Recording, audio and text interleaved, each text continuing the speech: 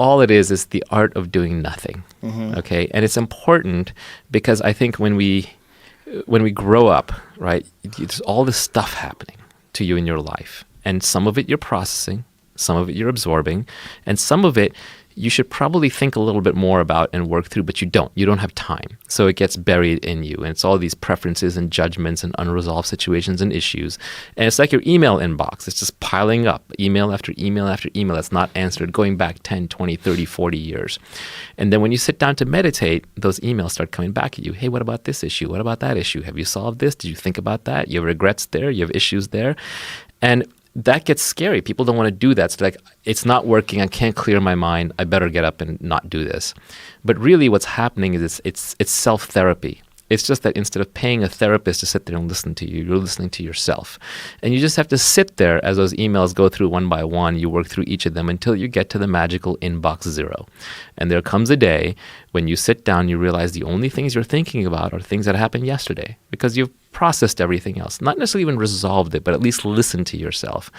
And that's when meditation starts. And I think it's a very powerful thing that everybody should experience. And that's when you arrive upon the art of doing nothing. Well, I think it's even a problem that most people are getting their meditation from an app. I will not use an app. It's sneaky. I mean, Sam Harris is a very good meditation app, I should say that.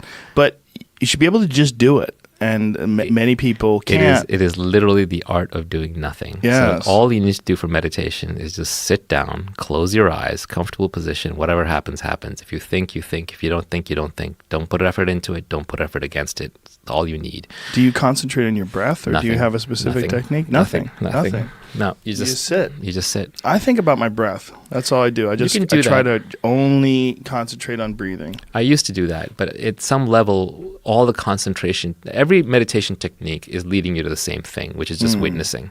Yes. And concentration is a technique to still your mind enough that you can then drop the object of concentration. So you could also just try going straight to the end game. The problem with what I'm talking about, which is not focusing on your breath, is you will have to listen to your mind for a long time. It's not going to work unless you do at least an hour a day, and preferably at least 60 days before you kind of work through a lot of issues. So it'll be hell for a while, but when you come out the other side, it's